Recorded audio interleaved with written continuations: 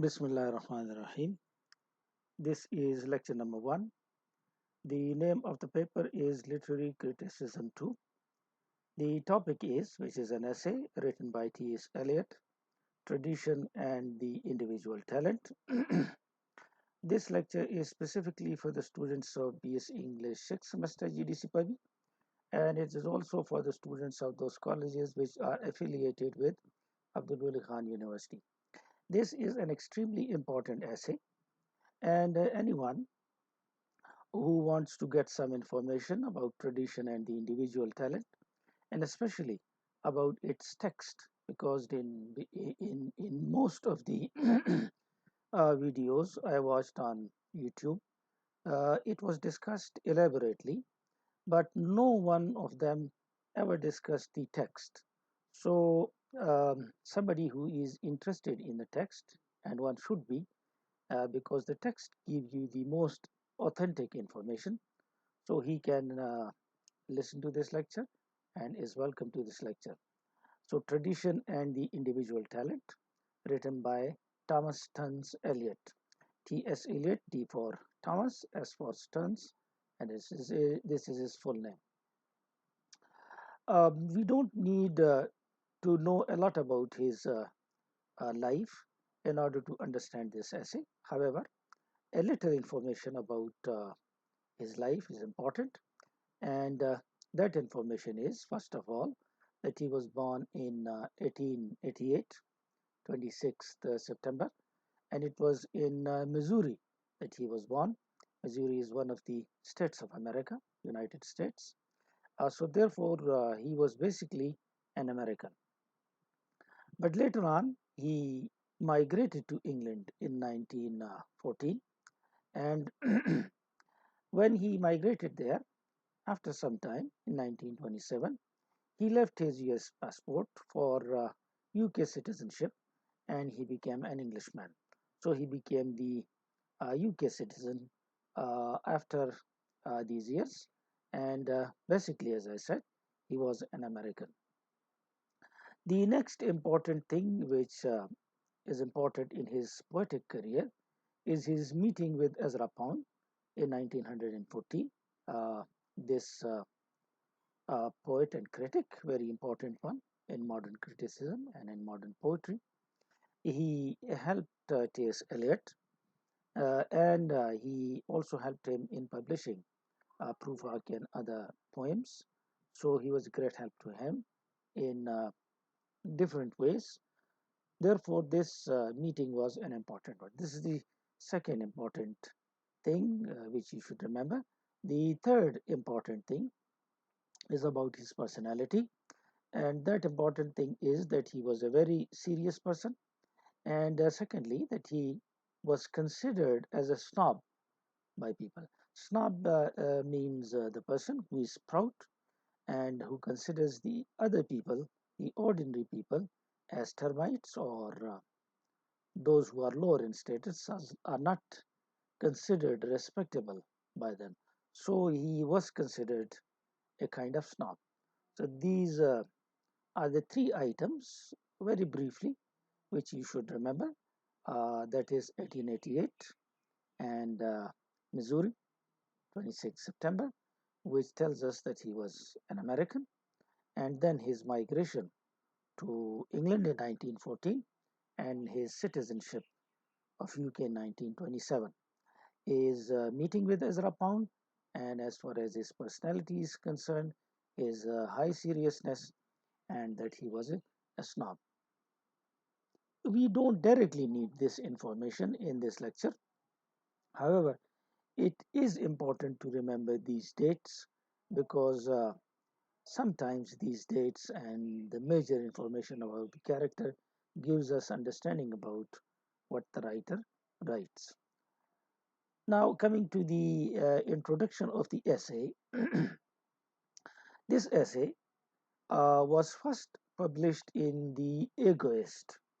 Egoist um, was a literary magazine, and in September and in December 1919, in this Egoist, uh, this essay, The Tradition and Individual Talent, was published for the first time, and it was published anonymously.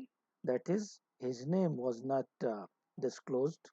The person who had written it, that is T.S. Eliot, that name was not given. Then, in 1920, it was republished in the Sacred Wood. Sacred Wood is the name of the collection of essays by Eliot, and in the Sacred Wood, it was published once again.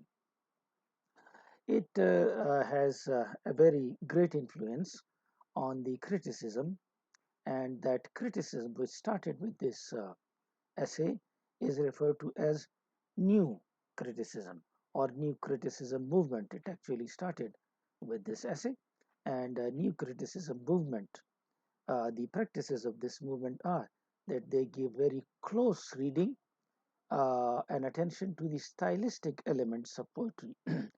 The stylistic elements of poetry means all the stylistic devices, the figures of speech, imagery, emphasis, clarity, tone analysis. We have done all these things in the second semester. So these stylistic devices is given much attention. Close reading is done of the text, and the emphasis on the aesthetic of the work and the stylistic elements of the work. Uh, because in the previous criticism, the criticism before new criticism, was the type of criticism in which biographical element was given much importance. So he kept away from biographical criticism or ideological criticism. He actually started new criticism, which is based on the close reading and emphasis of aesthetic as well as stylistic elements. So this is the introduction to this essay we are discussing. Then this essay is divided into three parts. Major parts are three, though there are other parts as well, but the major parts are three because he himself divided it into three major parts. The first part mainly talks about tradition. The second part, the definition of tradition, tradition as it was understood in the age of T.S. Eliot, and um, whether it was liked by the people or was not liked by the people, and what is the meaning he takes from the word tradition. All this is explained. Very important topic, tradition. So this is explained in the first part. In the second part, he gives us a theory, and this theory of poetry is called the theory of the impersonality of poetry. What is impersonality? How is a poet, whether a poet is there in his poetry or not, or whether he should be or not. All this is discussed in the impersonality of poetry theory. The third part, a very short one, is the summing of, and whatever was discussed in tradition or the theory of impersonality, that is repeated in it. Listen to this in Urdu now इसको उर्दू में भी सुन लें ये यहाँ तक अभी तक हमने शुरू नहीं किया है ऐसे यहाँ तक हमने सिर्फ एक इंट्रोडक्शन किया है और ये शुरू में आपको बताया कि इस पेपर का नाम लिटरेरी क्रिटिसिज्म 2 है ये अब्दुल खान यूनिवर्सिटी में 6th सेमेस्टर में पढ़ाया जाता है 2 एसेज हैं टी.एस. एलियट के इस पेपर में एक ट्रेडिशन एंड इंडिविजुअल टैलेंट है और एक फंक्शंस ऑफ क्रिटिसिज्म है तो ये ऐसे चूंकि बड़ा इम्पोर्टेंट है तो जो भी उर्दू में और इंग्लिश में समझना चाहता है वो इस ऐसे को इस लेक्चर को सुन सकता है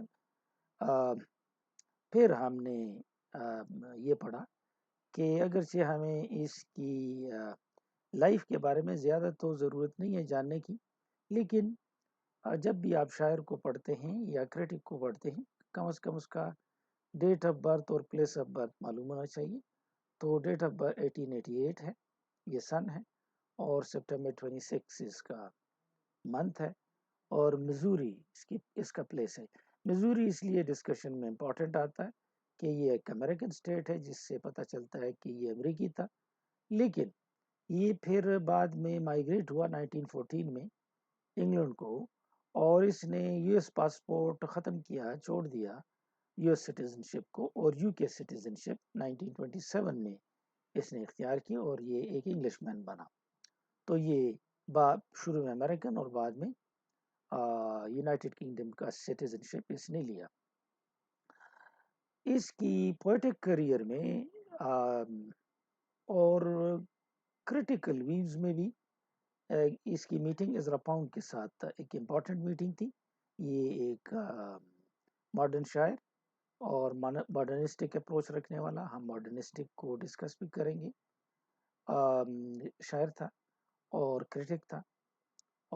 تو اس کے ساتھ ملاقات اہم تھی، کیونکہ اس ملاقات میں یہ فرینڈشپ میں اس کو بڑی ہیلپ ملی، ٹی ایس ایلیٹ کو، اور نظموں کی رائٹنگ میں بھی مدد کی، اور اسی طریقے سے اس کو پبلش کرنے میں بھی اس کی مدد کی۔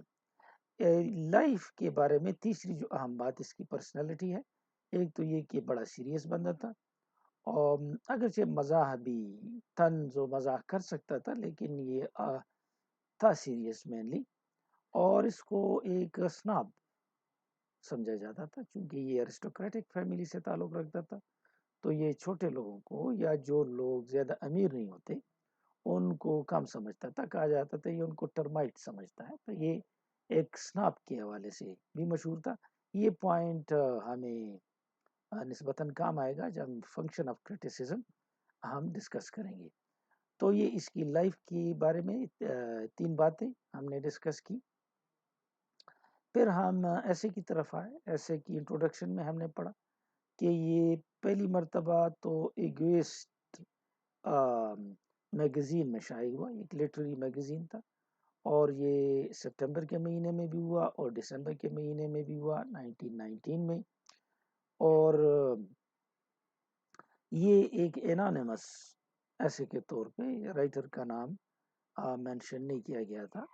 پھر اس کے بعد ٹی ایس ایلیٹ نے ایک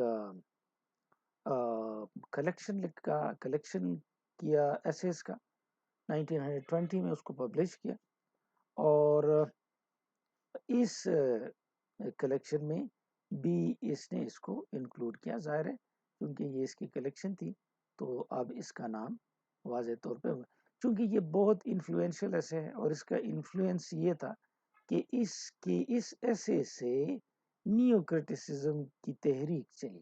اب یہ نیو کرٹیسزم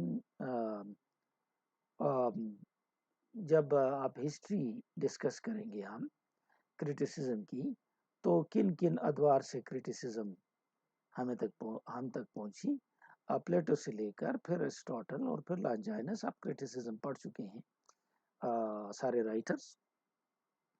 تو یہ نیو کرٹیسزم یہاں سے شروع ہوتی ہے اس ایسے سے، اور نیو کرٹیسزم جو ہے اس میں کلوز ریڈنگ کی جاتی ہے ٹیکسٹ کی، اور اس ریڈنگ میں دیکھا جاتا ہے کہ اس کی ایستھیٹک ویلیو، ایستھیٹک کا مطلب ہے حسن شناسی کا فن، اور سٹائلسٹک ایلیمنٹس، ان کو خاص توجہ دی جاتی تھی۔ سٹائلسٹک ایلیمنٹس سے یا سٹائلسٹک ڈیوائسز سے مراد فگرز آف سپیچ ہے، جس میں امیجری آ جائے گی، ایمفیسس آ جائے گا، کلیئرٹی آ جائے گی، ٹون انالیسز آپ پڑھ چکے ہیں، یہ آ جائے گا، اسٹرکچر آ جائے گا، یہ سارے ڈیوائسز ہیں۔ تو ان کو جب بہت اٹینشن دی جاتی ہے، اور رائٹر کو نہیں دیکھا جاتا کہ اس کی زندگی کیسی تھی، یعنی جو سائیکولوجیکل قسم کی کرٹیسزم ہے وہ نہیں ہوتی، یا بایوگرافیکل کرٹیسزم بھی چھوڑ دیا گیا، رائٹر کی زندگی کو بیچ میں نکالا گیا، اور یہ آئیڈیالوجیکل بھی نہیں تھا۔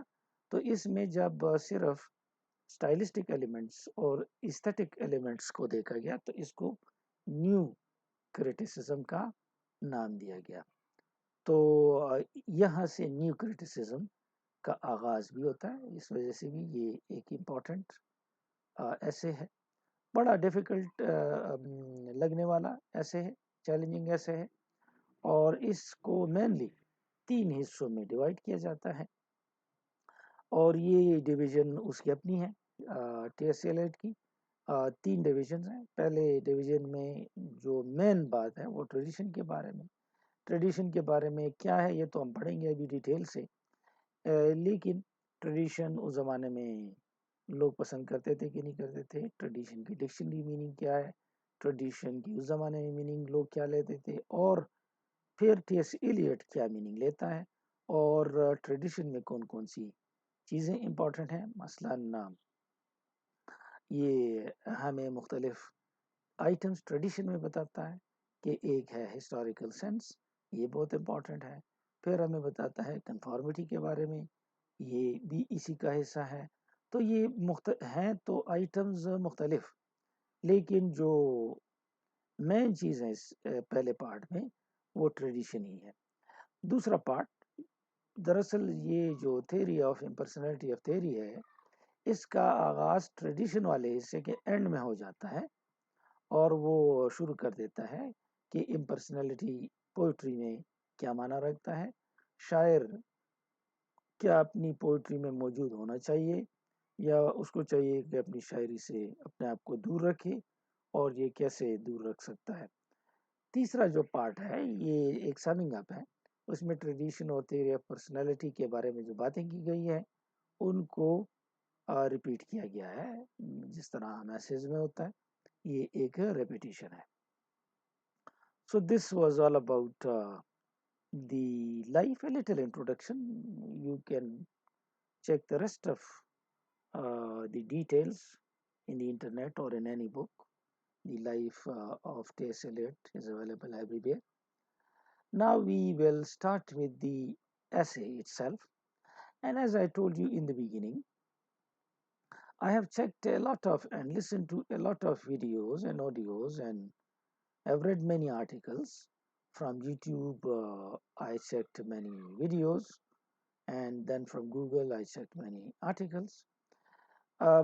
Some of them very good in the videos and the articles, but in none of these videos or these articles the text has been discussed. In none of them text hasn't been discussed anywhere.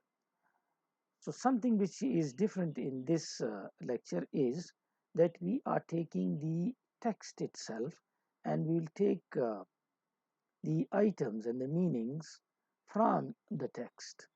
So you will have the taste of how T.S. Eliot writes his prose. That is also important.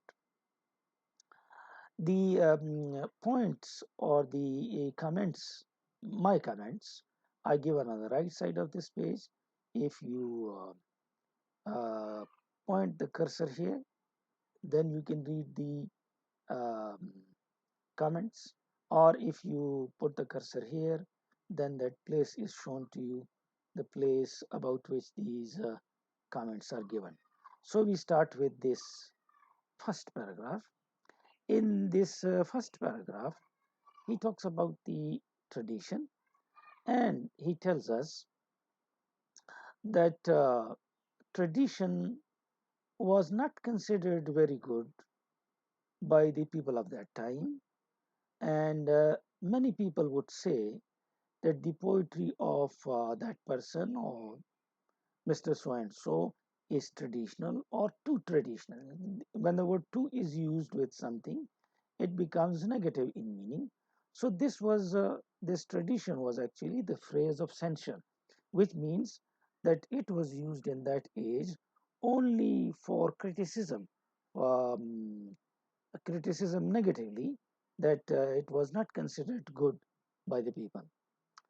Yes, it sometimes happened that people would say that tradition is absent in this writing, but it, according to him, it occasionally happened. And when the adjective of this word was employed, the adjective of tradition is traditional. As we have Pakistan, which is a noun, the adjective is Pakistani.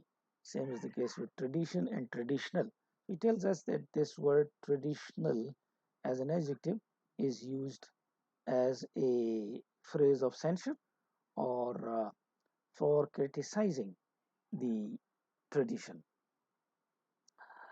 Then he is very satirical in this paragraph about the people, because he tells us that there is only one area where it is used positively, and that is archaeology. So, whenever there is the discussion of archaeology, this term is used positively, because in that case, tradition would mean something very old. So, this is what we find in this paragraph. Um, if I read this paragraph and then again give you information and my comments, you will understand it in a better way. This is an extremely important essay, and in the Bacon's words, we can say that is um, the item to be chewed and digested. So, this is what we are trying to do. In English writing, we seldom speak of tradition. This is the idea of T.S. Eliot, that he says that whenever we check English writing, so tradition is seldom mentioned, though we occasionally, not often, sometimes apply its name in deploring its absence. Deploring means depreciating its absence, that something is absent there, tradition is absent there, but it happens occasionally. We cannot refer to that tradition or to a tradition, at most we can. So this word a tradition or that tradition is not referred to, and at most we use the adjective in saying that the poetry of so and so is traditional or even too traditional. So this is how it is said that it is too traditional. It is in the negative sense. Seldom, not often again, perhaps does the word appear except in a phrase of censure. So whenever this phrase or this word appears, it is used in the negative sense as a phrase of criticism, and it is not liked. If otherwise, it is vaguely approbative or approved, with the implication as to the work approved of some pleasing archaeological construction. As I said, that it is used as a phrase of appreciation only in archaeology. You can hardly make the word agreeable to the English ears. You can see the satire here. He tells us that the word of tradition is not agreeable to the English ears, and they don't like it. Without this comfortable reference to the reassuring science of archaeology, it is used only when somebody talks about archaeology. So, if you have a look at the comments I have given here, in the comments you find out the dictionary meaning of tradition. The dictionary meaning of tradition, number one, is that it is the transmission of customs and beliefs from generation to generation. Customs and beliefs, when they are transferred from generation to generation, it is called tradition. And secondly, in art uh, or in literature, it is any artistic or literary method, or it's a style which is established by an artist or a writer. So a movement is created and it is then followed. So if somebody has created a style or somebody has created a literary method, for example, he created new criticism and then people follow it, it is referred to as tradition. Both of these meanings are not taken by Thomas Eliot when he discusses tradition. The meaning which he takes from it is the writings of all the past authors. This is the meaning, one meaning, and the wisdom of the past. This is that meaning which he is taking from the word tradition. So, tradition, by tradition, he means all the writings of all the past writers, right from the Greek writers up to the present. That is referred to as tradition, and these two dictionary meanings are not taken. So this is what he means. Um, this comment is about this fact when he tells us that the word tradition is not agreeable to the English ears. We come to know that he is actually being satiric here.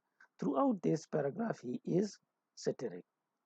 So now we come to know that in previous times, at the time of T.S. Eliot, tradition was used as a phrase of censure. It was not liked. This is the first paragraph. इस पहले paragraph में हमने tradition के बारे में मालूमात थोड़ी सी हासिल की या ज़्यादा नहीं कि ट्रेडिशन का ये बात तो इधर नहीं है, ये कमेंट तो मेरा कमेंट है, लेकिन यहाँ से आपको आइडिया हो सकता है कि जो डिक्शनरी मीनिंग है वो ट्रेडिशन की ये है कि जब कस्टम्स, हमारी रिवायात, हमारे रिवाज और हमारे बिलीफ्स एक जनरेशन से दूसरी जनरेशन की तरफ जाते हैं तो हम इसको ट्रेडिशन कहते हैं। या लिटरेचर में भी इस्तेमाल होता है कि अगर कोई शख्स कोई मेथड इख्तियार करता है और वो मशहूर हो जाए, स्टाइल इख्तियार करता है और वो मशहूर हो जाए, लोग उसको फॉलो करें, तो ये भी ट्रेडिशन है। जिस तरह इसने न्यू क्रिटिसिज्म को ईजाद किया और इसको अब फॉलो किया जाता है।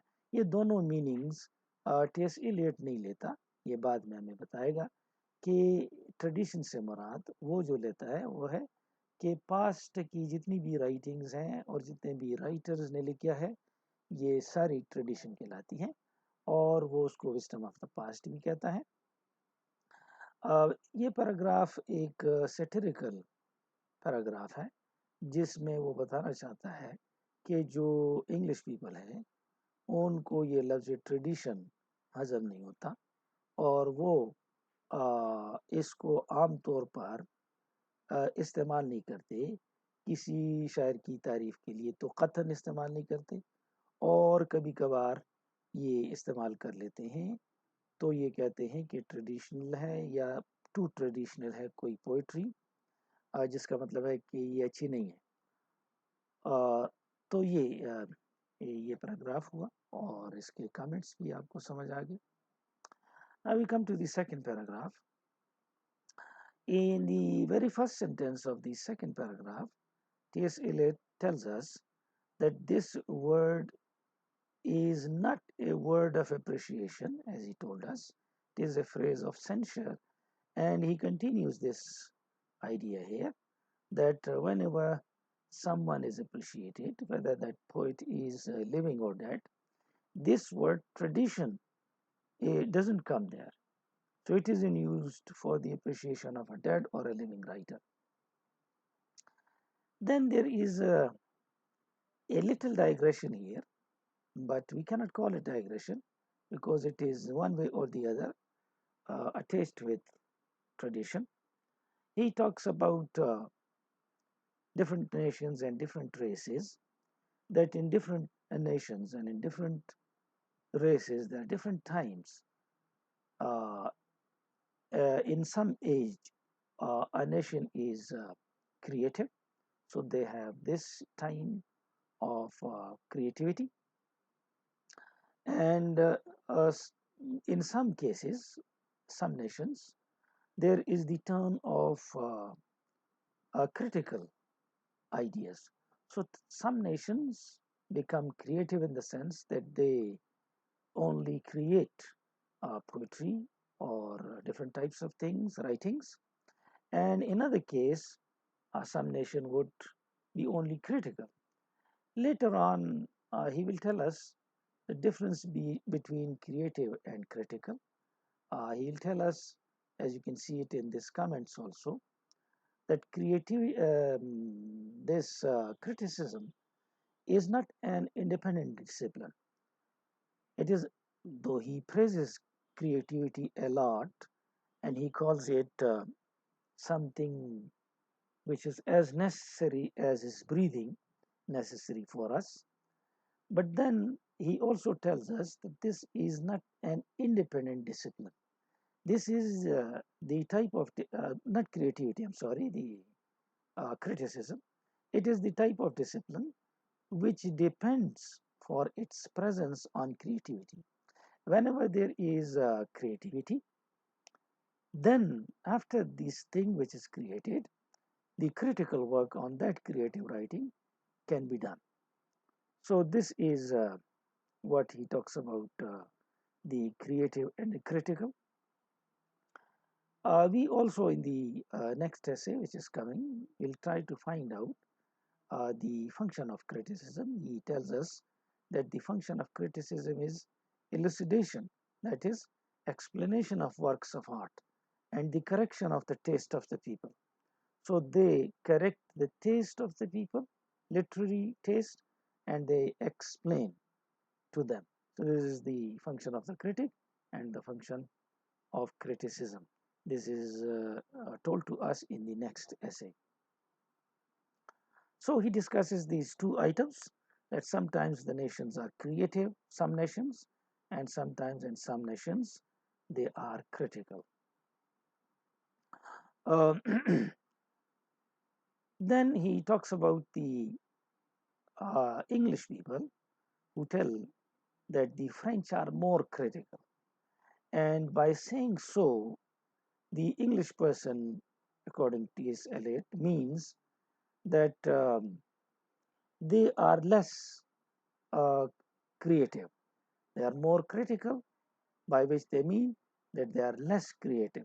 So, according to them, criticism is not as important as creativity is.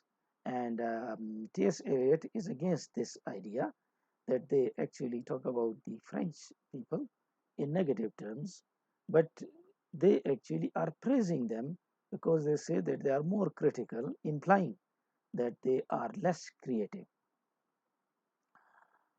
So he is against the English people who say that French are more critical and implying that they are less creative by this thing, because being more creative, critical is also very good. And then he praises criticism by saying that criticism is as important as breathing is important. So you can see now that it's a little digression, because we think he's not talking about tradition, but it is relevant, not quite irrelevant. It looks to be a little digression here. These comments are important for you. You should read them, in which I've told, or rather, T.S. Eliot has told us in other essays that this creativity is independent discipline, while criticism is dependent on creativity, because you can criticize or evaluate a work which is already present there, and then the function of criticism is also given. After this, we find out, and this is now directly related with tradition. He tells us that there are many people who think and who insist that that writer is the best writer, and they give a lot of appreciation to the one who least resembles anyone else. That is, that poet is liked much. People insist that he is the best who does not resemble anyone, or who does not resemble his ancestors, and they pretend that this is something which is individual, because they think that it is the essence of man. He hasn't followed anyone, and whatever he has said belongs to him, and it is different from his predecessors. He is an isolated genius, they say, and that they enjoyed it very much. This is what they say. But T.S. Eliot is against this idea. He tells us that actually that writing is an extreme and most individual writing, in which you find the ancestors, and in which the ancestors assert their immortality emphatically and more vigorously. Now, I have explained this idea here, that how can one be individual when he follows the ancestors? The idea is this, that he is individual in the sense that he has digested the writings of the ancestors. He's not copying. He's in touch with the ancestors, keeping whatever his ancestors had created, keeping that in mind. Then he himself has created something which is different. So you can see, having all the ancestral knowledge and then writing something new is something which is extremely uh, individual. Individual in the sense that he has touched with the ancestors, but he has written something different, and as a result, most individual. So this is the first difficult idea. Um, T.S. Eliot's favorite construction is this, that he would take two antithetical statements. For example, he would say, "In my beginning is my end, and in my end is my beginning." Now, see, how can beginning be end and end can be beginning? So he likes such statements. He would tell you in his drama, Murder in the Cathedral, that the wheel turns and is still. So, how can the wheel turn and how can it be still? It makes sense if you go deep into it, it makes sense, but apparently it looks contradictory. So, he tells us that if in your poetry, your ancestors uh, their immortality is there, then you will be the most individual. Your work will be the most individual. I explained it here. The most individual in the sense that on the one hand, he is in touch with ancestors, but on the other hand, he is in touch with his contemporaries and he is creating something new, something different. So, therefore, he is individual and traditional both at the same time. After this, he tells us about what tradition is not, what tradition is, and now what actually tradition is not. He tells us that by tradition he means digesting the writings of the past and the past writers. But if you take your immediate generation before you and you blindly and timidly adhere to their successes, for example, in the immediate past, someone has been successful, a poet, and you blindly follow that successful poet, or you timidly adhere to whatever he has done, then that tradition, if it is tradition, should be discouraged. So he is against the blind following. Blind following, as I've explained here, the timid adherence means copying the writer and not creating something new.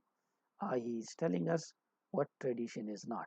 This is not tradition if you are following your immediate generation and whatever they have, this whatever success they have got, and depending on that you blindly follow them, then this would not be tradition. The next important fact about tradition, which he tells us, is this one, and he tells us that tradition cannot be inherited. This is important. Tradition cannot be inherited. By this he means that you cannot inherit the writings of the poets. Of course, it cannot be inherited. You have to read it, you have to digest it, you have to understand it. And in order to understand all of these writers is not an easy task.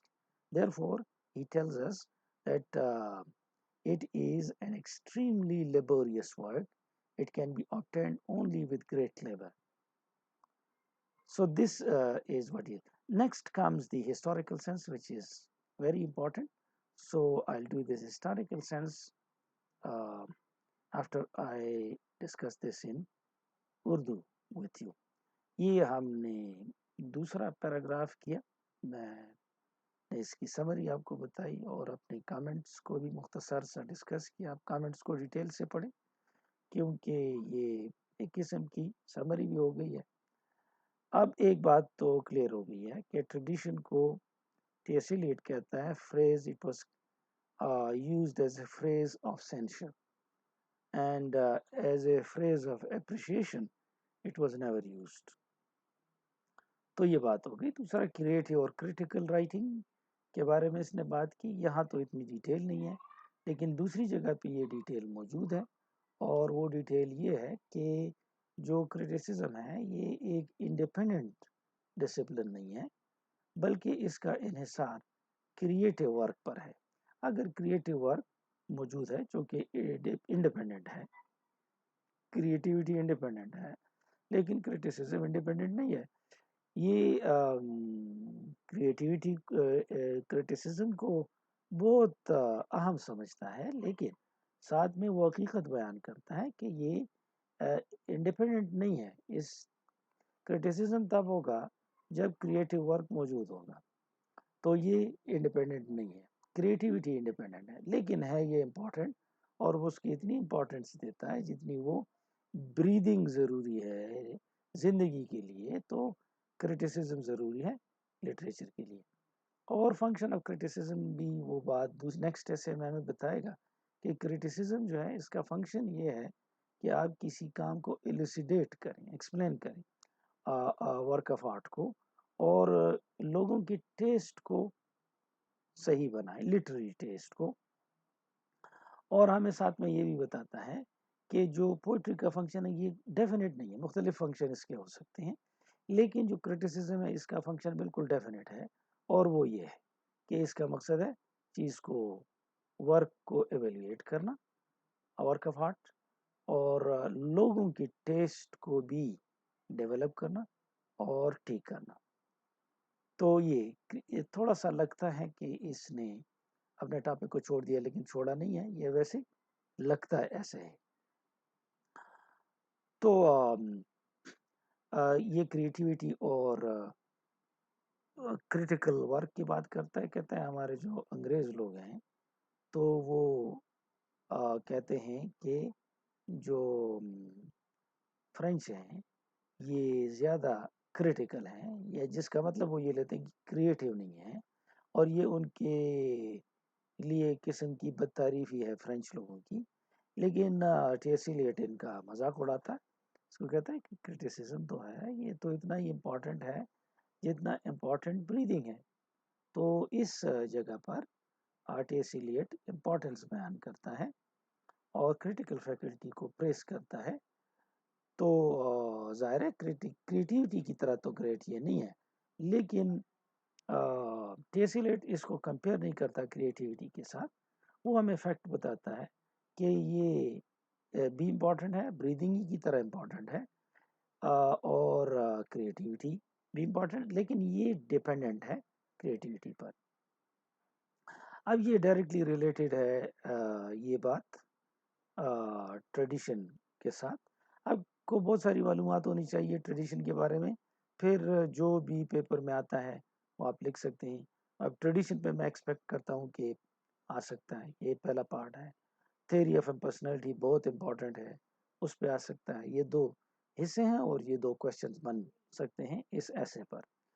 پھر اس کے بعد یہ ہمیں بتاتا ہے کہ جو لوگ ہیں یہ اصرار اس بات پہ کرتے ہیں کہ دیکھو یار فلانا رائٹر جو ہے یہ دوسرے رائٹر کی طرح ہے ہی نہیں, یہ ہمارے آبا و اجداد کی رائٹنگ سے بالکل مختلف ہے, یہ زبردست ہے, اس نے کسی کو فالو نہیں کیا ہے, اور یہ ایک انڈیویجول رائٹنگ ہے, اور یہ ڈیفرنٹ ہے اس کے پریڈیسیسر سے, اور یہ سمجھتے ہیں کہ یہ ایک آئسولیٹڈ رائٹر ہے, اور آپ کسی کو انجوائے کرنا چاہتے ہیں تو وہ آئسولیٹڈ ہونا چاہیے.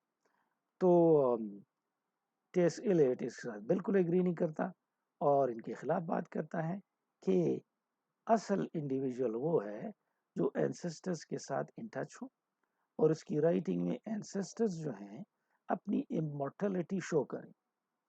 تو اس کا مطلب جیسے اس نے پہلے ہی بتا دیا ہے, ٹیمڈ فالوئنگ تو نہیں ہے, کاپینگ نہیں ہے, بلکہ آپ ان ٹچ رہتے ہیں اینسسٹر کے ساتھ بھی, اور ان ٹچ رہ کر جب آپ کریٹ کرتے ہیں ایک ڈفرینٹ چیز, تو پھر یہ جو ڈفرینٹ چیز آپ نے کریٹ کی ہے یہ اس وجہ سے انڈیویجول ہے. تو اس پارٹ کی ایکسپلینیشن کہ یہ انڈیویجول ورک ہے, یہاں ہو گئی کہ انڈیویجول کیسے ہے جب کہ یہ اپنے انسسٹرز کو فالو کر رہا ہے. تو ہم یہ کہہ رہے ہیں کہ انسسٹرز کو وہ اس لحاظ سے فالو کر کے اس نے پڑھا ہے، اس نے ڈائجسٹ کیا ہے، وہ نقل نہیں کرتا. وہ ڈائجسشن کے بعد اس کی رائٹنگ میں اگر شامل ہو جائیں انویئر، تو پھر یہ اس کا حصہ ہوتے ہیں، یہ سم تھنگ نیو. اس نے یہ بھی بتایا ہمیں کہ کون سی چیز دراصل ٹریڈیشن نہیں ہے، ٹریڈیشن ہے اور ٹریڈیشن نہیں ہے. تو یہ بتا رہا ہے کہ ٹریڈیشن یہ نہیں ہے کہ آپ اپنی امیڈیٹ جنریشن جو آپ سے پہلے ہے وہ فرض کرے کامیاب ہوا ہے اور آپ اس کی کامیابی کو دیکھ کر شارٹ کٹ لگانے کی کوشش کرتے ہیں، بلائنڈلی اس کے ساتھ چمٹتے ہیں اور بیکار طریقے سے اس کو فالو کرتے ہیں، اس کو کاپی کرتے ہیں. تو یہ تو بالکل ٹریڈیشن نہیں ہے اور اس کو ڈسکریج کرنا چاہیے. پھر اس سے زیادہ بہتر تو ناولٹی ہے. ناولٹی کا مطلب بینگ ڈفرنٹ، کہ آپ الگ سے لکھیں، تو وہ اس سے زیادہ بہتر ہے. نیکسٹ وہ بات ٹریڈیشن کی بتاتا ہے کہ ٹریڈیشن آپ کو ورثے میں نہیں ملتی، بلکہ یہ آپ کو سیکھنی پڑتی ہے، کیونکہ آپ کو جو پرانے رائٹرز ہیں ان کو سیکھنا پڑتا ہے، ان کو پڑھنا پڑتا ہے، اور پھر آپ جو ہیں تو صحیح فالوئنگ اس کی کر سکتے ہیں. تو یہ آپ کو انہیریٹنس میں نہیں ملے گی. اب اگر آپ دیکھیں تو ٹریڈیشن کے بارے میں جو بڑی بڑی باتیں ہوئی ہیں، نمبر ون یہ کہ ٹریڈیشن جو ہے فریز آف سینچر تھا اس کی ایج میں، اور اس کو لوگ اچھا نہیں سمجھتے تھے. میرے جو کمنٹس ہیں اس میں آپ ٹریڈیشن کے ڈکشنری میننگز بھی دیکھیں اور پھر یہ جو اس کی میننگز ہیں یہ بھی ساتھ میں ملائیں. نیکسٹ اس نے ٹریڈیشن کے بارے میں بات کی ہے کہ ہمارے لوگ کانگریز یہ فرینچ کو مور کریٹیکل کہتے ہیں، جس کا مطلب وہ لیتے ہیں کہ وہ کریٹیو نہیں ہے. تو یہ کہتا ہے کریٹیسزم بھی اتنی امپورٹنٹ ہے جتنی بریدنگ ہے. اور یہ واپس ٹریڈیشن کی طرف آتا ہے کہ ٹریڈیشن جو ہے اس کو جب لوگ چھوڑ دیتے ہیں تو وہ سمجھتے ہیں باقی لوگ کہ یہ اپنے آبا و اجداد کے ساتھ مشابہ نہیں ہے، یہ زبردست ہے، یہ انڈیویجول رائٹنگ کرتا ہے، یہ کسی کو فالو نہیں کرتا، تو یہ سب سے بہترین ہے. اور اس لیے بھی کہ یہ ڈیفرنٹ ہے، اپنے پروڈیسیسر سے آئسولیٹڈ ہے.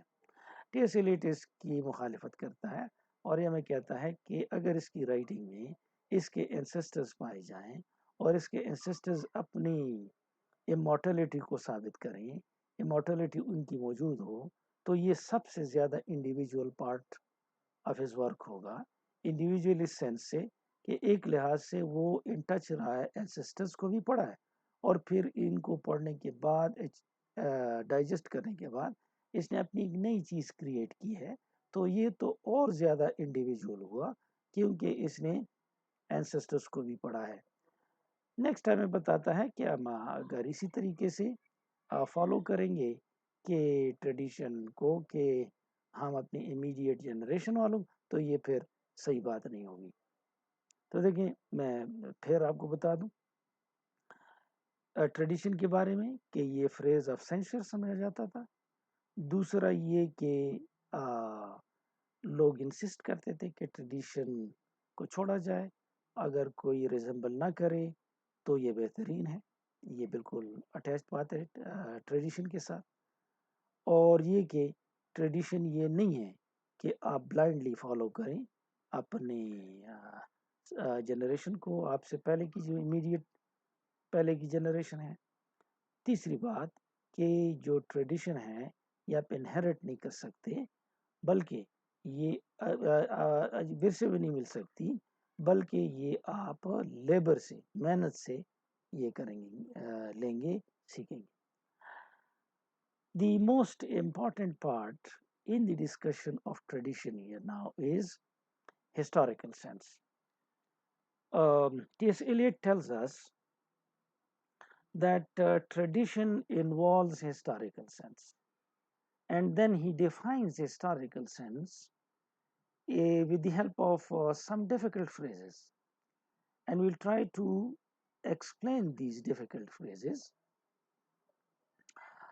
For example, he tells us that tradition involves or tradition has the historical sense in it. And then he explains the historical sense here. I have given this in the comments, the meaning of the historical sense. He gets these meanings from the historical sense. Meaning number one of the historical sense is the pastness of the past and its presence. Now, this needs to be explained. He tells us that by historical sense, we mean that the writer should know the importance of the pastness of the past. Now, the past is the past, and we should know that it is past, of course, but then we should also know its presence. It means that past has pastness in it, of course, but it has relevance with the presence. When a writer writes, he has in his mind the tradition, and when he has the tradition in his mind, which he has digested fully, he then writes his own, which is present, of course, which is contemporary, and this present in this is then related with the past. So the past guides the presence. We take guidance from the past. So the past guides our present, and the present also changes our past. We will talk about this change a little later now, but let me give you the meaning of historical sense. He says historical sense means the past to understand, to appreciate the pastness of the past. Yes, to understand that it is past, but then also to understand that it has a relationship with the present. So the past and the present there is a relationship. The second meaning, I'll explain this more here when we come to this text. However, you should remember this that for a writer, this is important to know and keep in mind the pastness of the past. Well, it is okay, it is past, but it has a relationship with the presence. That relationship actually is created by this new writer. The new writer has in his mind the past and he's creating something new which is present. So, this connection is important. The second thing which is meant by the historical sense is this, that you should have in one's in your bones your own generation. Now, your own generation is are your contemporaries.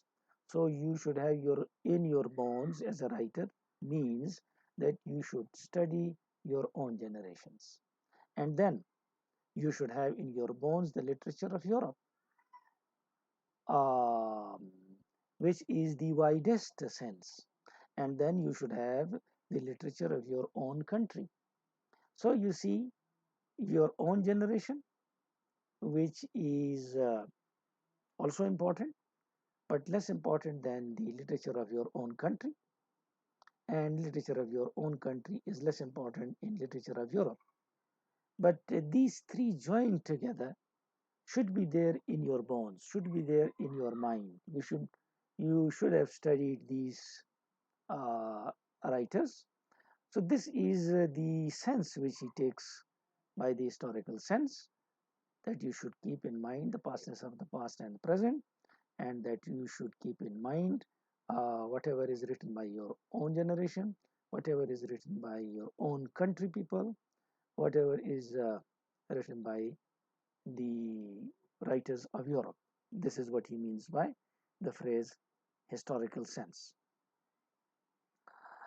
So here he explains this historical sense and he tells us this historical sense involves a perception, understanding not only of the pastness of the past but of its presence. I explained this to you that pastness of the past is clear.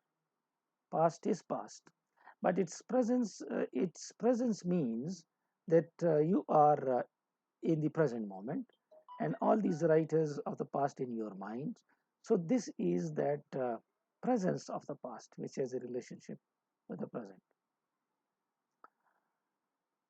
and therefore the historical sense compels a man to write not merely with his own generation in his bones.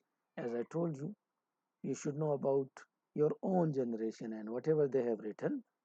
You should know about the whole literature of Europe. You should know about the literature of your own country. And you should have all these things simultaneously at the same time in your mind. And this will be the meaning of historical sense. तो ये चूंकि एक important हिस्सा है, historical sense is very important. So I'll take time to discuss it in Urdu as well. But there is another characteristic of the historical sense, and that characteristic I've given it here in the comment also. The characteristic number one of this historical sense is that it is timeless. The second is that it is temporal. Third is that it is timeless and temporal both. Now, let me explain what is meant by timeless. Timeless, the characteristic of the historical sense, means it has two senses. Number one, that the tradition has immortality. Tradition is present. You can study it anytime. It is immortal. It will also be studied by the coming generations. This means timeless. There is another meaning of it. The other meaning is all the previous works combined together making a whole, which wouldn't belong to a specific time. So whatever is there and has been written by the people um, is also timeless. Timeless in the sense that it doesn't belong to any specific time. It's for all the times. So these are the two meanings of timeless, one characteristic of historical sense. The other characteristic of historical sense is that it is temporal. It is that it belongs to a time because it has relevance with the present. When you are writing in the present. And your writing, which is temporal, belongs to a time, is then related with timelessness, that is, with the writings of the past people. And this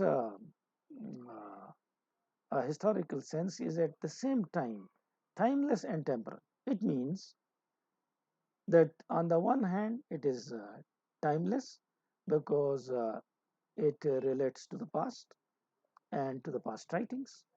On the other hand, it is present because it relates to the writer, which is in the present time. But it is both the present and the past. As I said, on the one hand, it is past, on the other hand, it is present, and then combined together, uh, it is both. These terms, timeless, temporal, both these are left unexplained. A lot of things have been left unexplained by T.S. Eliot here, but I think the idea is clear, and I have explained it here. I will do it in Urdu now. ये हम पढ़ रहे हैं tradition को, और tradition में जो historical sense है ये एक इम्पॉर्टेंट आइडिया है, ये पार्ट है इसका ट्रेडिशन का. ट्रेडिशन के बारे में आपको बताया कि ट्रेडिशन को फ्रेज ऑफ सेंचर समझा जाता था, और दूसरा ये कि लोग इंसिस्ट करते हैं और करते थे कि राइटर अगर अपने आवाज़ात से मिलता जुलता नहीं है, आइसोलेटेड है, तो ये ज़बरदस्त है क्योंकि अपने प्रेडेसेसर से मुख्तलिफ है और ये इंडिविजुअल है. और टी.एस. एलियट इसके बिल्कुल ख़िलाफ़ है. कहता है कि आप में जितनी एंसेस्टर्स की मॉर्टेलिटी शामिल होगी उतना आप ज़्यादा इंडिविजुअल होंगे, क्योंकि आप एंसेस्टर्स को भी जहन में रख के लिखेंगे और नई चीज़ बनाएंगे तो आप इंडिविजुअल होंगे और आपकी इंडिविजुअलिटी ज़्यादा डेप्थ रखेगी, क्योंकि आपको मालूम होगा कि क्या क्या चीज़ें करनी है. टी.एस. एलियट में बताता है कि ट्रेडिशन क्या नहीं है. ट्रेडिशन ये नहीं है कि आप टिमेटली फॉलो करें और टिमेटली एडहियर करें अपनी इमीडिएट जनरेशन को और उनको कॉपी करें क्योंकि वो कामयाब हुए हैं. ये ट्रेडिशन है, इसको डिस्करेज करना चाहिए. नेक्स्ट बात कि ट्रेडिशन इनहेरिटेड नहीं है, ये आपको मेहनत से सीखनी पड़ेगी। और इसके बाद की बात और सबसे अहम कि ट्रेडिशन जो है ये इसमें शामिल है हिस्टोरिकल सेंस, और हिस्टोरिकल सेंस से मुराद है पास्टनेस ऑफ द पास्ट, माजी का माजी होना। ये फ्रेजेस इस्तेमाल करता है टी एस एलियट, बंदे को कंफ्यूज करता है, ये इतना मसला इसमें है नहीं। पास्टनेस का पास्ट, पास्ट तो पास्ट ही है, अलबत्ता ये एक्सप्लेनेशन मांगती है कि पास्टनेस का प्रेजेंस क्या होगा। पास्टनेस का प्रेजेंस ये है कि उसका असर जो कुछ अभी आप लिखेंगे उस पे होगा, तो ये जो असर है, असर का मतलब कॉपीइंग नहीं है, असर का मतलब ये है कि आपने उनको पढ़ा है और वो जहन में अनकॉन्शियस में सबकॉन्शियस में मौजूद है, उसका ये इसकी ये मौजूदगी, ये प्रेजेंस है। तो पास्टनेस ऑफ द पास्ट और उस पास्ट का प्रेजेंस, ये दोनों आप जहन में रखेंगे। हिस्टोरिकल सेंस आपको मजबूर करेगी कि आपके हड्डियों में, आपके दिमाग में आपकी अपनी जनरेशन भी हो, कंटेम्प्रेरीज जिसको कहते हैं, आपके अपने मुल्क की जनरेशन ने जो लिखा है वो भी हो, आपकी पूरे यूरोप ने जो लिखा है वो सब बैक वक्त मौजूद हो। तो ये एक हिस्टोरिकल सेंस की तारीफ। फिर हिस्टोरिकल सेंस की तीन कैरेक्टरिस्टिक्स, कि हिस्टोरिकल सेंस बैक वक्त टाइमलेस भी है, जिसको हमने एक्सप्लेन किया। इमॉर्टल के मीनिंग में, ये एक मीनिंग यहाँ पे हमने डिस्कस की। ये एक मीनिंग टाइमलेसनेस का ये है कि जो राइटिंग्स हैं आपके आबा अजदाद की वो इमॉर्टल हैं और लाफानी हैं। और दूसरी मीनिंग ये कि तमाम जो राइटिंग्स उन्होंने की है पुराने ज़माने की, और वो सब की है, किसी एक एज हम नहीं कहते, कलेक्टिवली हम कहते हैं कि ये टाइमलेस है। तो ये टाइमलेस भी है और ये टाइम वाला भी है। टाइम वाला इसलिए है कि आप जो लिख रहे हैं तो आपका ताल्लुक टाइम के साथ है और आप इसके साथ भी ताल्लुक रख रहे हैं। तो जब इसके साथ ताल्लुक रखेंगे तो ये टुगेदर हो जाएगा। तो टाइमलेस भी है, टेम्पोरल भी है और दोनों इकट्ठा भी है। ये इसकी मीनिंग है जो कि हमने डिटेल से डिस्कस की। In the next paragraph, in this one, um, once again, T.S. Eliot gives us the importance of tradition. So this gives you the importance of tradition, this paragraph. And he tells us about an important fact, which is conformity. Included in tradition are many things. One is historical sense, the other is conformity, and the rest of the things have already been discussed here. But remember these two: historical sense, very important, and conformity. So I'll give you a brief idea of what is meant by conformity, and I have written it in the comment here. This is the conformity is explained in this paragraph. As I said, conformity means that there is the existing order of works, which is ideal. The existing order of works is that you have not added any work, and the order of all the works combined together, tradition, that is ideal, that is best.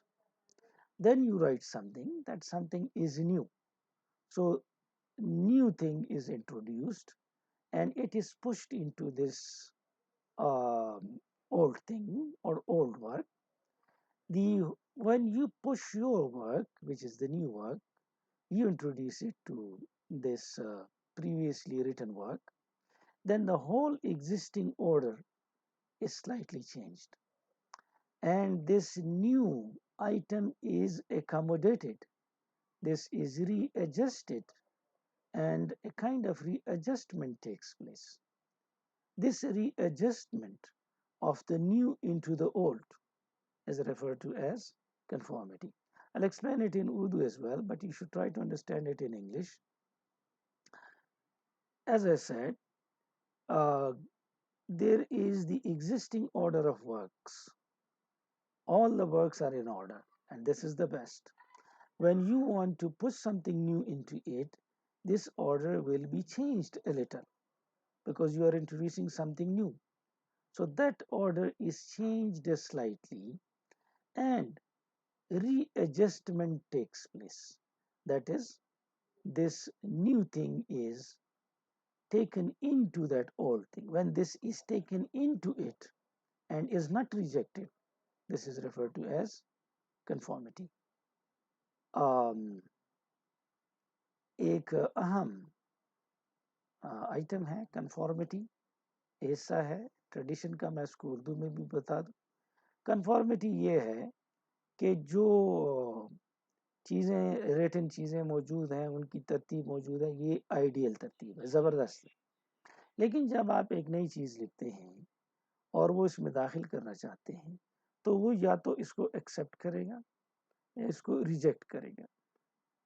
अगर ये reject करेगा तो फिर तो ख़त्म होगा, लेकिन अगर ये एक्सेप्ट करेगा तो फिर भी मसला है, क्योंकि ये ऑर्डर जो है जो कि आइडियल है इसमें तब्दीली आएगी। ये तब्दीली जब आ जाएगी थोड़ी सी डिस्टर्बेंस के बाद, ये पूरा जो ऑर्डर है ये एडजस्ट हो जाएगा, ये रीएडजस्टमेंट कर लेगा और इसको अपने अंदर समो देगा।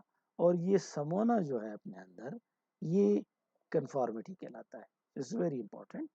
अगर आप देखें तो टेसिलियट हमें बताता है कि कोई आर्टिस्ट, कोई पोएट ये अकेले से कंप्लीट है ही नहीं जब तक इसने ट्रेडिशन को फॉलो नहीं, फॉलो का मतलब है ट्रेडिशन को पढ़ा नहीं है, उसको सीखा नहीं है।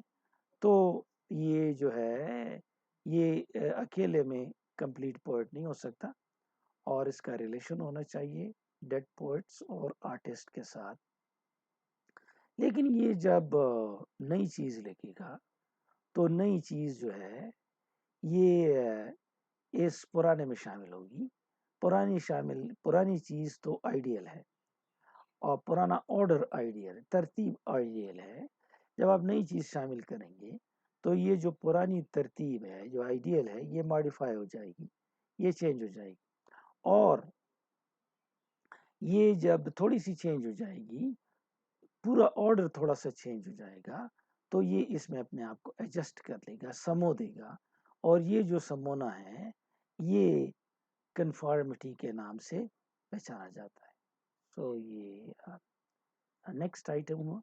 अब अगर हम रिवीजन करें तो वो ये है कि इस में हमें एक तो बताया गया कि ये ट्रेडिशन फ्रेज ऑफ सेंचर समझा जाता था। दूसरा ये कि लोग इंसिस्ट करते हैं कि अलग से लिखें और प्रेडिसेसर्स की तरह ना हो। ये ठीक नहीं है। जितना प्रेडिसेसर्स ज़्यादा आपके अंदर होगा आप ज़्यादा इंडिविजुअल होंगे, क्योंकि आप बैक वक्त और लोगों को भी जहन में रख रहे हैं, अपना भी लिख रहे हैं। हाँ, ये ट्रेडिशन नहीं है कि आप अपनी इमीडिएट जनरेशन जो पहले गुजरी है उसको ब्लाइंडली फॉलो करें, तो ये सही नहीं होगा। ये आप इनहेरिट नहीं कर सकते, आपको इसके लिए पढ़ना पड़ेगा। इसमें हिस्टोरिकल सेंस शामिल है। हिस्टोरिकल सेंस किसे कहते हैं हमने इधर इसकी वजाहत पढ़ी, पास्टनेस ऑफ द पास्ट और इस प्रेजेंस, और to have in one's own generation, literature of Europe and literature of your own country simultaneously. It has three characteristics. It is timeless, at the same time temporal, and at the same time together both timeless and temporal. Poet के लिए conformity होगी। अगर वो नई चीज़ लिखता है तो ये कंफर्म करेगा ओल्ड के साथ, और अगर कंफर्म नहीं हुआ तो ये रिजेक्ट हो जाएगा। और अगर ये कंफर्म करेगा तो पुराना जो ऑर्डर है जो कि आइडियल है वो थोड़ा सा चेंज हो जाएगा और ये इसको अपने अंदर एक्सेप्ट कर लेगा। और ये जो एक्सेप्टेंस होगी ये कंफॉर्मिटी कहलाती है। So now I hope you got the idea. You can use these comments in your notes when you are writing your notes. In your notes, the prominent items will be the same. For example, you will tell that what is the meaning of tradition, the dictionary meaning, and the meaning taken by him, and that it is a phrase of censure. It was a phrase of censure. at that time, and that people insist that that they should not resemble their predecessors, and blind and timid adherence to is not good. Tradition cannot be inherited. Tradition has a historical sense in it, which is explained here, and that there is conformity which occurs when something new is added to something old. तो ये चीज़ें explain हुई. We now come to the next paragraph. They're not very important, um, but of course they are included in the idea of tradition. He tells us that when we try to find out, to judge something, then this judgment is always a comparative judgment. We compare um, one thing to another, so we know one thing with the help of the other thing. So we judge by the standards of the past. Um, it is inevitable, it is important that we should judge by the standards of the past. And we should not judge it to be as good as or as worse or better than the dead. He says, and this is very strange, and I've written it here in the comment also. He tells us that we should judge a writer by the standard of the past, but then he tells us that we should not say that this is as good as the past, or this is worse than the past, or this is better than the dead or the past. We should not do this. Now, the objection is that if something is judged comparatively, that is, if you compare two things, if you have a look at this comment, when two things are measured by each other, one would prove better than the other. If not so, then what? This is my idea, and my objection is you also become a critic. You can have your own ideas. These are the opinions of T.S. Eliot, and they are not absolute, and you can have your own objections and your own comments. My comment is that he says two things are measured by each other. When you and that these two things are measured, and that you don't have to say that this is as good as that other thing, or it is worse than that other thing, or that it is better than the other thing. How is it possible that you compare two things and you don't say that this is better than that or this is worse than that? You ought to do that. So therefore, there is that objection. But then perhaps Eliot uh, means conformity by this as the basis of judgment, that if something conforms to the old, it is good, or if it doesn't conform, it isn't good. Because the other meaning is not possible. And T.S. Eliot was not a dumb writer. He was a new, extremely experienced poet. And he could not mean this thing, that compare two things and don't say that one is better and the other is not better. Perhaps Eliot means that we should measure a writer or his poetry or his writing with the help of conformity. If it conforms and is included in the old, then it is better. If it is not conformed and is rejected, then it is um, not better. So this meaning can easily be taken from here. So judgment with the help of comparison, this is what T.S. Eliot says. But the objection is that when you compare two things, you ought to say that one thing is better than the other. But he says, no, don't say it like this. Then, if you are not saying this, what would you say then? This is my question. However, the answer which I can give, perhaps T.S. Eliot meant that we should judge a writer on his writing with the help of conformity. We should push it into the old order. If it is accepted, if it conforms, it is good. It isn't confirmed, it isn't good. So this is perhaps what is the meaning.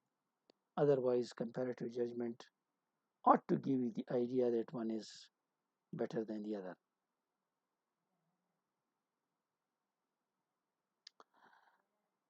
He also tells us that if something doesn't conform there, if conformity doesn't take place, then that work is not considered as new. So if it is not a new work, then it will not be conformed. This is also the meaning. ये उर्दू में सुन लें, ये भी important है. Judgement वो कहता है इस तरह हो सकती है कि हम दो चीज़ों को एक दूसरे के साथ कंपेयर करें, लेकिन साथ में वो ये भी कहता है कि दो चीज़ें कंपेयर करेंगे तो आप कहेंगे एक अच्छा एक बुरा है. कहते हैं ये मत कहे, हम ये नहीं कह सकते कि एक अच्छा है दूसरा बुरा है. तो फिर हम क्या करें? अगर हम ये नहीं कह सकते और हम कंपैरिजन भी कर रहे हैं तो कंपैरिजन किस चीज़ का करें?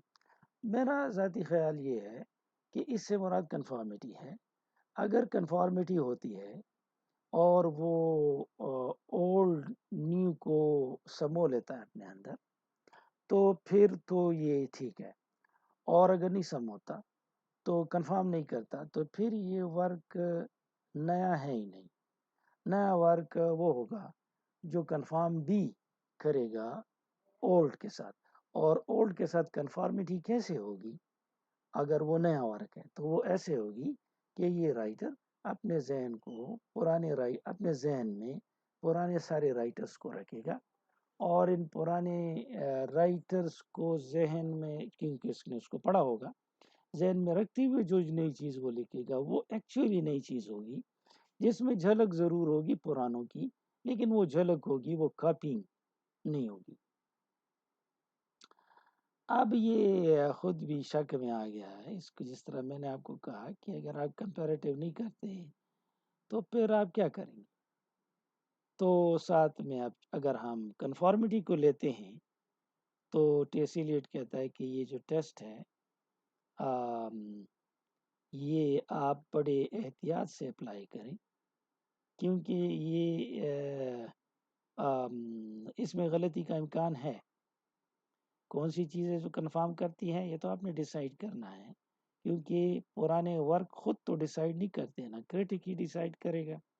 तो क्रिटिक गलत तो हो सकता है ना कि ये कौन सा वर्क है जो कन्फर्म करता है, कौन सा वर्क है जो कन्फर्म नहीं करता. तो ये टेस्ट की एप्लीकेशन ये खुद एक्सेप्ट करता है कि ये मुश्किल है और इनफेलेबल है, इसमें गलती का इम्कान मौजूद है. और साथ में ये कमेंट्स भी कर लें, इसको तो मैंने डिस्कस कर लिया कि अगर आप कहते हैं कि मेजर करें एक दूसरे के साथ और ये भी ना कहें कि एक अच्छा है और एक अच्छा नहीं है, तो फिर क्या करें? तो मेरा ख्याल ये है कि फिर कन्फॉर्मिटी का टेस्ट है, लेकिन कन्फॉर्मिटी का टेस्ट वो खुद कहता है कि ये मुश्किल कहाँ है, तो ये फिर मसला है. नेक्स्ट ये जो कंस्ट्रक्शंस हैं यहाँ पे आप देख रहे हैं, to confirm merely would be for the new work not really to confirm at all. जो चीज़ कंफर्म करेगी वो असल में कंफर्म करेगी ही नहीं. अब ये अजीब बात है और इसीलिए ये काम करता है. मैं कुछ एग्जांपल और भी देता हूँ. कहता है कंफर्म जब आप करेंगे तो कंफर्म नहीं करेंगे. कंफर्म करेंगे तो कैसे फिर नहीं करेंगे?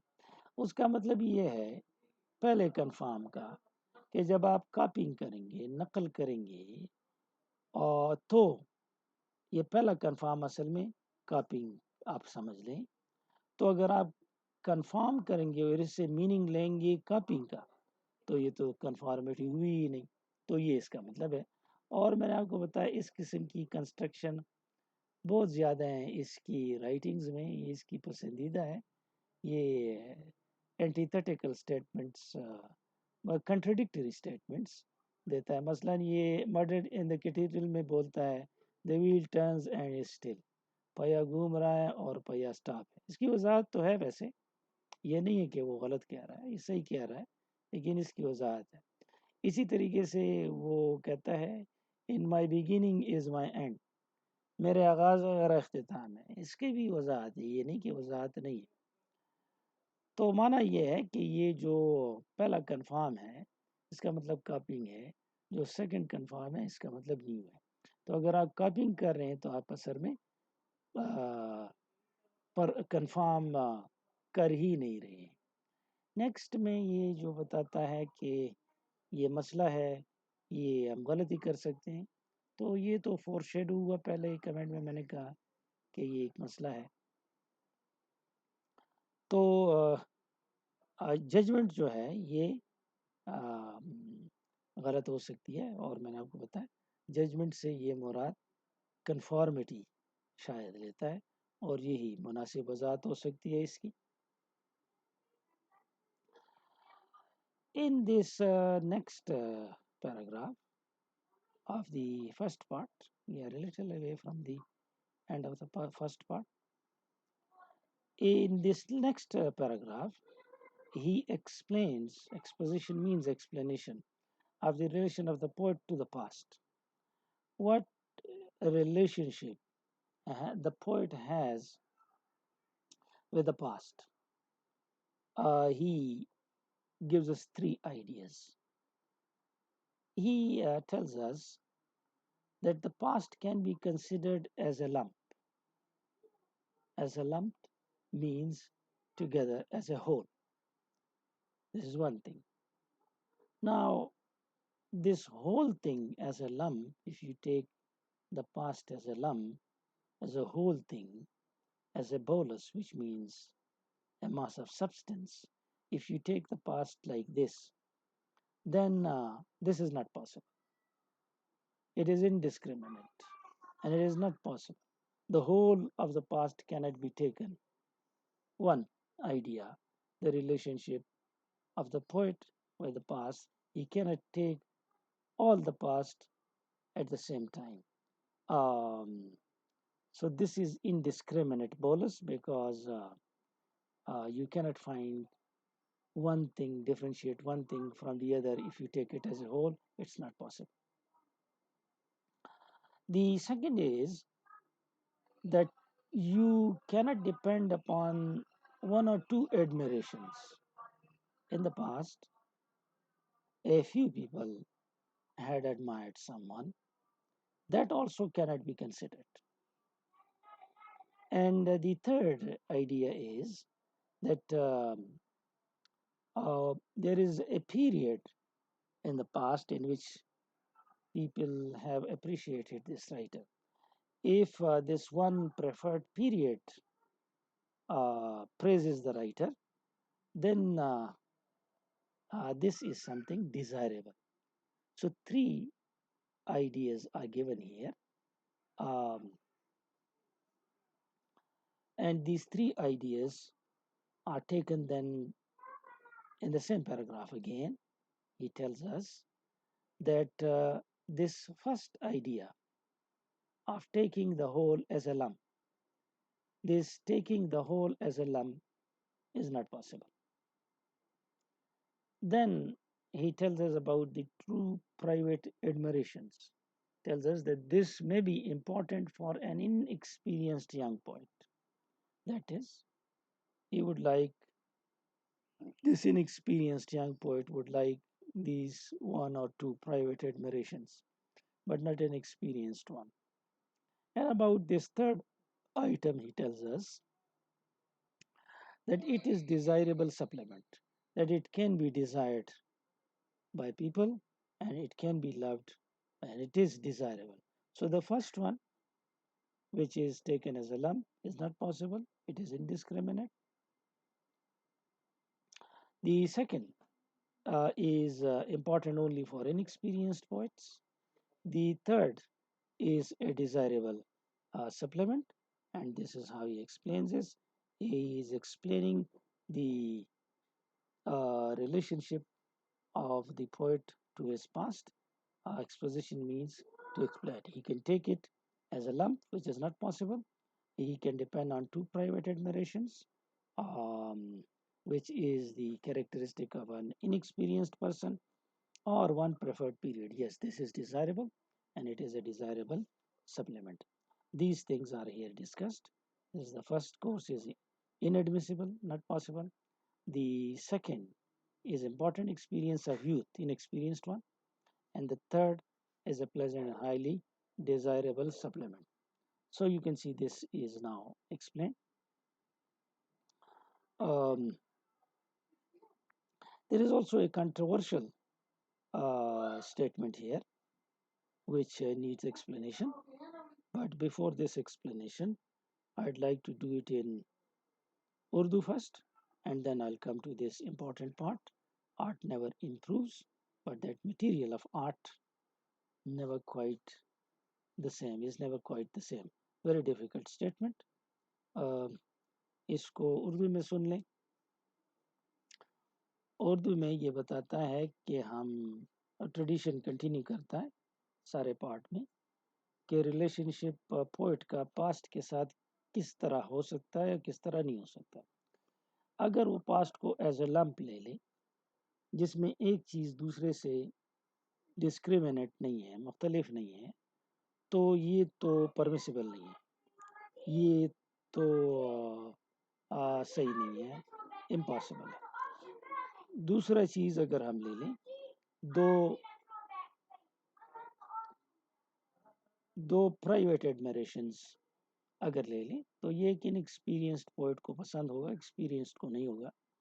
और अगर एक प्रेफर्ड पीरियड लिया जाए तो ये डिज़ायरेबल है और ये पसंदीदा होगा और इसको अच्छा समझा जाएगा. तो ये इसकी उर्दू में वजाहत हो गई है. नेक्स्ट में ये एक there is a very controversial and very difficult to understand contradictory statement. Art never improves, but that the material of art is never quite the same.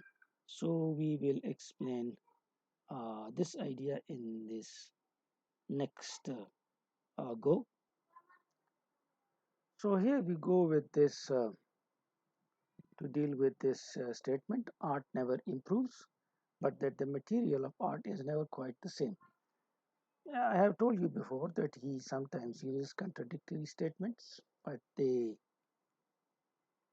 are to be explored. The meaning is there, but that is to be explored. He tells us art never improves, but that the material of art is never quite the same. He has left this difficult statement unexplained,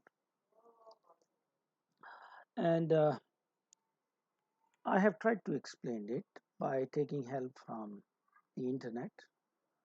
Uh, Perhaps the meaning of this statement is art never improves, that actually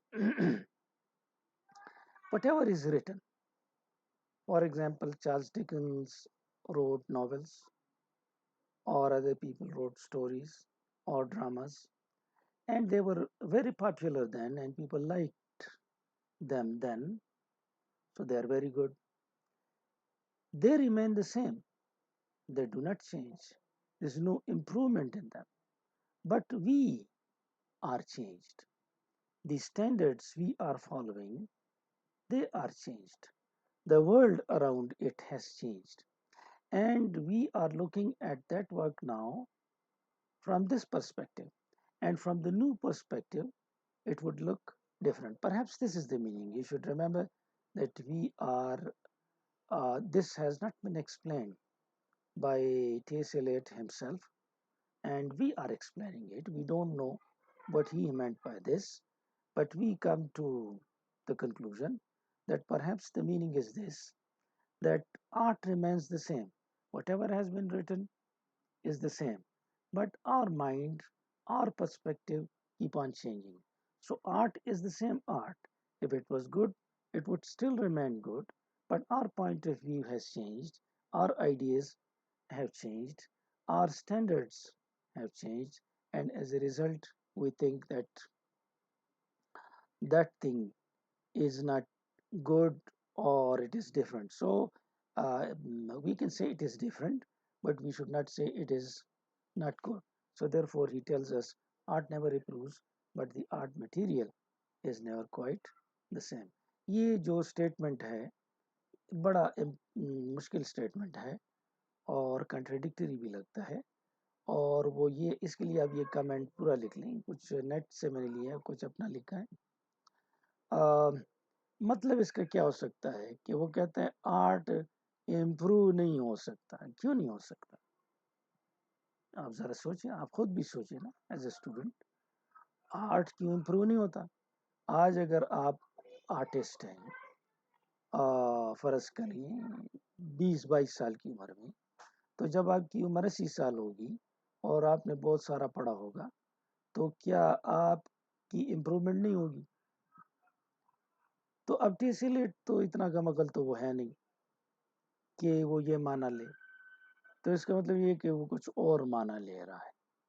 کہتا ہے art improve نہیں ہوتی، لیکن اس کا جو material ہے وہ اسی طرح نہیں رہتا، میٹیریل بھی اسی طرح نہیں رہتا، اور ہمارا پوائنٹ آف ویو بھی اسی طرح نہیں رہتا۔ لہٰذا اگر کسی زمانے میں کسی نے کوئی چیز لکھی ہے، اس کو اپریشیٹ کیا گیا ہے، تو وہ تو اپنی جگہ پہ اسی طرح ہے اور ٹھیک ٹھاک ہے، لیکن ہمیں وہ اس لیے تبدیل نظر آئے گا کیونکہ ہمارا جو اسٹینڈرڈ ہے وہ چینج ہوا ہے، ہمارا انوائرمنٹ چینج ہوا ہے، تو اس وجہ سے یہ ہمیں بہتر نہیں لگتا، چینج لگتا ہے۔ So this is perhaps the explanation. We say perhaps because we are not given explanation by T.S. Eliot himself.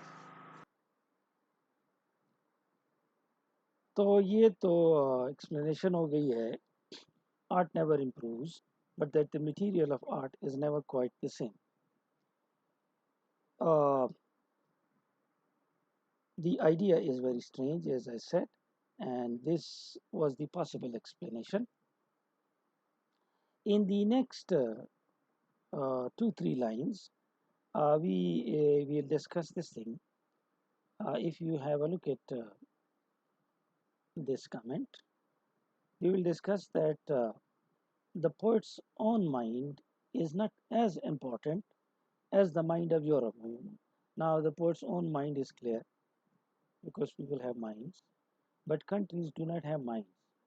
By the mind of Europe, he means all the writers and their writings of Europe. And the mind of his own country means all the writings of his own country. So he tells us that the poet's own mind is not as important as the mind of Europe or as the mind of his own country. The mind of his own country is bigger than his mind, and the mind of Europe is bigger both than the poet's mind and the country's mind.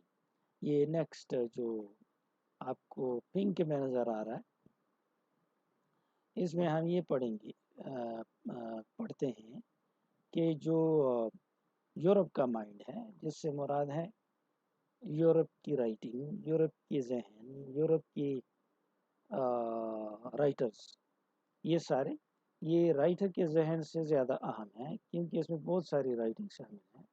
یہ country کے ذہن سے بھی اہم ہے کیونکہ country میں بھی بہت سارے ذہن شامل ہیں، اور یہ جو سارا سٹرکچر ہے یہ چینج ہوتا ہے، مائنڈ آف یورپ بھی چینج ہوتا ہے، مائنڈ آف کنٹری بھی چینج ہوتا ہے، مائنڈ آف پرائیویٹ مائنڈ بھی چینج ہوتا ہے۔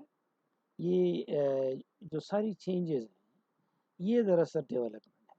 یہ ڈیولپمنٹ اس سینس میں ہے کہ میں نے آپ کو بتایا کہ جب آپ پچھلے کاموں میں اپنا کام پش کرتے ہیں تو وہ اس کو اگر ایکسیپٹ کر لے تو کنفارمیٹی آئے گی، اور ریجیکٹ کر لے تو ختم ہو جائے گا۔ اب یہ ریجیکشن اور کنفارمیٹی بھی مشکل کام ہے کیونکہ یہ ججمنٹ بھی کسی نے کرنی ہوگی، غلط بھی ہو سکتی ہے۔ بہرحال جب یہ کنفارم ہو جائے گا تو ہم نے کہا کہ اس میں چینج آئے گا۔ یہ چینج ایک قسم کی ڈیولپمنٹ ہے، لٹریچر میں اور لٹریری رائٹنگ میں اسی کو رائٹر نے مختلف ناموں سے پکارا ہے. یہ ڈیولپمنٹ بھی ہے، یہ ریفائنمنٹ بھی ہے، یہ کمپلیکیشن بھی ہے، کیونکہ کمپلیکسٹی جتنے زیادہ لوگ لکھیں گے اتنی زیادہ اس میں کمپلیکسٹی آئے گی. اور یہ آخر one of the last items here is again a difficult one. He tells us that the dead writers are remote from us. People think dead writers are remote from us. And by this he means that they are quite away from us and that they cannot be followed. People mean this, not T.S. Eliot. But Eliot tells us that because we know so much more than they did, this is the people saying that they are remote from us, the old people, because we know more than that. But yes, Eliot tells us that yes, it is true, because as they are that which we know, whatever we know more is what? It is what is there in the past. So we know about them, and we know more because we know about them. So therefore this statement is explained. Elite لوگ کہتے ہیں کہ dead writer جو ہیں وہ ہم سے کم علم ہیں اور انہوں نے ان کا نالج ہم سے کم تھا، ہمارا نالج زیادہ ہے. تو ٹیس ایلیٹ کہتے ہیں ہاں، ہمارا بھی جو بھی نالج ہے وہ دراصل وہی ہے جو ہم ان کو جانتے ہیں، تو ان کو جان کر ہم آگے ہو گئے. So this is what he says. Again a difficult sentence to explain. Then comes the more or less the last item of the first part of the essay. He thinks about the objection the people might have on the idea of tradition. As I said, tradition means all the knowledge of the previous writers up until now. Now the objection can be that how can one get such a great knowledge? Therefore, he himself tells us that people can put this objection forward, that for tradition to follow, we need a ridiculous amount of erudition. Erudition means study. Erudition also means a lot of knowledge. So a very great knowledge is required in order to acquire tradition. And much learning, he tells us, disturbs our poetic sensibilities. So a lot of knowledge is not good for poetic sensibility. People think, and he tells us about the people. But he says this, yes, okay, this is not possible to know everything, but one should know this much, that his poetic sensibilities are not damaged, but he knows enough. And this knowing enough is possible. So he has objection on his own ideas, and then he gives an answer to that idea. This last idea, the continual surrender of himself, etc., and the extinction of personality, depersonalization, this is actually the beginning of the second part. And therefore, I leave it to the second part. I hope to finish this lecture in two parts. The first part comes to an end. یہ شاید دوسرا حصہ اس کا ہوگا تو اس میں ختم ہوگا. اور یہ جو آئیڈیا ہے کنٹینیور سرینڈر آف ہمسیلف کا، ایکسٹنکشن آف پرسنالٹی اور ڈی پرسنلائزیشن اور وغیرہ ایگزامپل ہے. تو یہ اصل میں دوسرے حصے کے ساتھ اگر ہم ریلیٹ کر لیں تو تھیوری آف امپرسنالٹی کی ہمیں سمجھ آ جائے گی. تو یہاں سے ایک ریویژن کر لیتے ہیں، پھر میں اس کو ختم کروں گا. یہ جو حصہ ہے پارٹ 1، اس میں ہم نے ٹریڈیشن کے بارے میں پڑھا کہ اس کو فریز آف سینچر سمجھا جاتا تھا. پھر ہم نے پڑھا کہ لوگ انسسٹ کرتے ہیں کہ کوئی کسی کے مشابہ نہ ہو تو یہ بہتر ہے، ٹیس ایلیٹ اس کے مخالف ہے.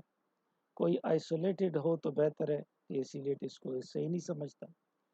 اور یہ ٹریڈیشن نہیں ہے کہ آپ بلائنڈلی کسی کو فالو کریں شہرت کی خاطر. ٹریڈیشن آپ انہیرٹ نہیں کر سکتے، اس کو آپ کو سیکھنا پڑے گا. ٹریڈیشن انوالو کرتا ہے ہسٹوریکل سینس کو، جس سے مختلف چیزیں مراد ہیں. ہسٹوریکل سینس سے مراد pastness of the past and its presence ہے. اس سے مراد یہ ہے کہ آپ کے بونز میں آپ کی جنریشن کا علم ہو، یورپ کی جنریشن کا علم ہو تمام، اور اپنے جو کنٹمپریریز ہیں ان کا علم بھی موجود ہو. اس کی دو کریکٹرسٹک میں سے ٹائم لیس، تین کریکٹر ٹائم لیس، ٹیمپرل اور دونوں اکٹھے بھی ہو سکتے ہیں. تو یہ کانسیپٹ ہوا. پھر کنفارمیٹی کا کانسیپٹ ہم نے ڈسکس کیا کہ ٹریڈیشن میں کنفارمیٹی بھی شامل ہے. ججمنٹ بھی ہم نے ڈسکس کیا کمپیریزن کے حوالے سے، اور اس پہ اپنے اعتراض بھی ڈسکس کیے. رائٹر کا تعلق پاسٹ کے ساتھ ایک لمپ کی حیثیت سے یہ ممکن نہیں ہے.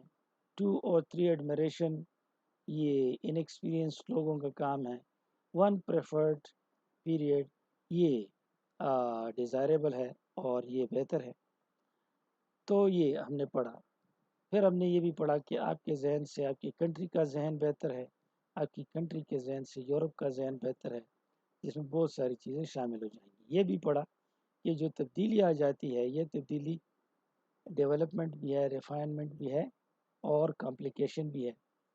لوگ جو کہتے ہیں کہ ڈیڈ رائٹرز سے ہم زیادہ علم رکھتے ہیں، تو وہ جو زیادہ علم ہے وہ دراصل ڈیڈ رائٹرز ہی کا علم ہے. آبجیکشن یہ ہو سکتی ہے کہ اتنا علم کون حاصل کرے گا پورے ٹریڈیشن کا، پورے لوگوں کا؟ یہ تو شاعر کا دماغ خراب کر دے گا، اس کی سینسیبلٹی ہی خراب ہو جائے گی. تو اس کا وہ حل یہ نکالتا ہے کہ رائٹر پڑھے، سینسیبلٹی اتنا نہ پڑھے کہ سینسیبلٹی دماغ خراب ہو جائے، لیکن وہ اتنا پڑھے کہ جتنا کافی ہو. اور ایبزارپشن کی کریکٹرسٹک تمام لوگوں کی ڈیفرنٹ ہوتی ہے. کوئی آسانی سے ایبزارب کر لیتا ہے نالج کو، جیسے شیکسپیئر نے کیا، کوئی اس کے لیے بڑی کوشش کرتا ہے. تو یہ ڈفرینٹ. یہ جو نیکسٹ آئیڈیا ہے یہ ہم انشاءاللہ نیکسٹ پارٹ میں پڑھیں گے. So that's all for now. Thank you and good luck.